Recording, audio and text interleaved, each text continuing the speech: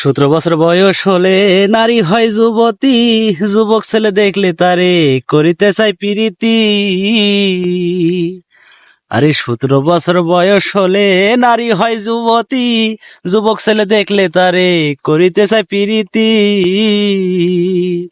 ও প্রেম হৃদয়ের লেখা, তারে যায় না দেখা, প্রেম হৃদয়ের লেখা, তারে যায় না দেখা। বলে আই লাভ ইউ, ও বলে আই লাভ ইউ, বলে আই লাভ ইউ, তুমি আমার সখা সখা।